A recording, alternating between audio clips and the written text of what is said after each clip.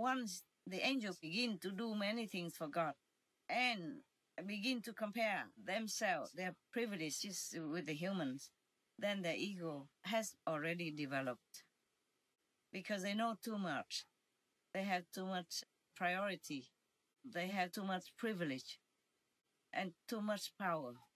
So their ego begin to also grow along with all that, all the knowledge that they acquired due to serving God. They become so intelligent, so knowledgeable that their ego also grow along with it. Some of the masters say that the more education a person has, the less easy to meditate, because there's too much in here and too much thinking. Yes, too much thinking and too much doubt, like doubting Thomas. How can Jesus die and be resurrected again? Yes. Something like that. And many people also don't believe what I'm saying because they have too much ego, too much worldly knowledge. The good and the bad knowledge that God did not want humans to have.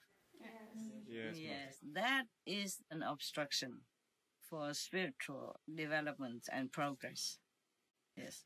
You tend to compare, you tend to reason, you tend to intellectualize any kind of concept, even the spiritual concepts, instead of direct knowledge by meditation, observing the light and the sound from within and developing more and more wisdom, means regaining more and more of yourself to go back to heavens.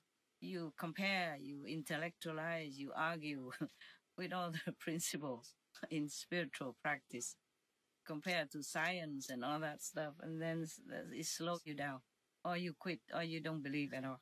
Got that? Yes, Master. It's not like a rule, it's just generally speaking only, yeah? But not all of the intellectual people are so skeptical like that. Evidence is that in our group, there are so many highly educated people, yeah, as disciples. They are doctors, engineers, scientists, etc., etc. You know that, right? By now? Yes. Professor, inventors, yes. Okay, good. Any other question, Loving? One more question, Master. No more. One more, Master. Zed, please. Yes, Master. Master said that you could speak with the goddesses immediately, like just an understanding. Yes. In that case, why was Pusu developed? It's just for fun. If we use it, okay? Yes. It's like a melodious kind of vibration. It's not a language. Huh? I just translate it into English. But if you are in Timkotu's land, you would not hear like that. You would not hear Pusu, or you would not hear Timkotu. It's like the sound current that you are practicing as a meditation method. It's not a language, okay? Yes, Master. But in it are the contents of all kind of knowledge and wisdom in the sound current. You understand what I'm saying? Yes, Master. Yes. So the more you practice the Kuan Yin, has to be proportional with the light, okay? The more you practice the sound current and the light in proportion, the more you grow in knowledge and wisdom. Not just physically, but heavenly. It's not a language, but it is a language. If I translate it into our language, and then it looks like a language, okay, huh? Yes, Master. Pusu was developed because there are some of the lower level who comes up in the beginning. They like to use them also. Yes, Master. And later on, when they got used to more of the vibrational way of life, they don't talk like that. Even using that sound or the current or the vibration. It's just an expression of that word. It's just like, okay, if you go to the first level, I told you will hear what. Remember? Yes, Master. That's the expression of the astral world in language, but without language like in our world. And then on the second level of heaven, you hear what, yes? And the third level, fourth level, fifth level, etc., etc. This is the expression, the vibration frequency of that word, in which they all tune in order to understand each other without a spoken language. And if I translate it into English, it means this and that, and it sounds like this and that. Capiche now? Yes, Master. Yes. But I have to explain it to you, the similarity. Otherwise, you don't know what is what. Okay, huh? Yes. Okay. You are satisfied? Yes, Master. Thank you. Okay, you are welcome. You are done now. Is there any other question that you want to ask? Any worldly question also okay. Political maybe? We are not political, but sometimes we have to do something to do with politics. It's just for the world's peace and wellness. It's not political. Because if you truly are political, you have to jump into those parties or do it every day, comment every day or whatever. But we could also comment on political events because we are also a television, yes? And we're broadcasting not only for disciples, but anyone who can read and see it.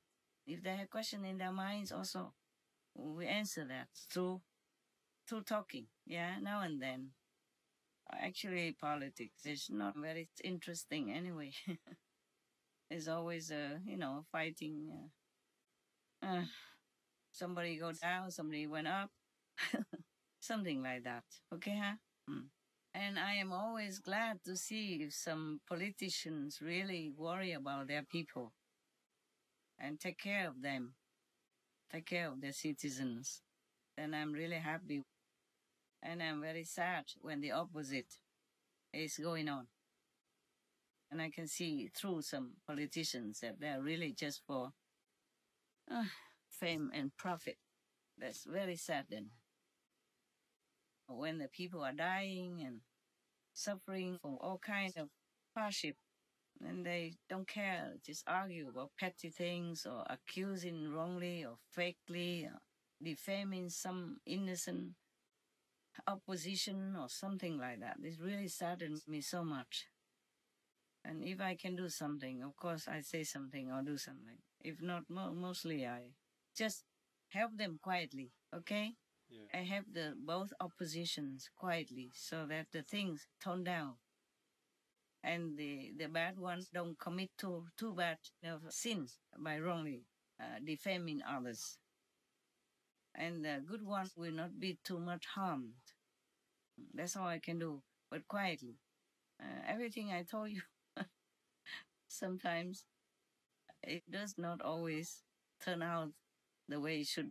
So I just do it quietly. It's better. Yeah? Okay.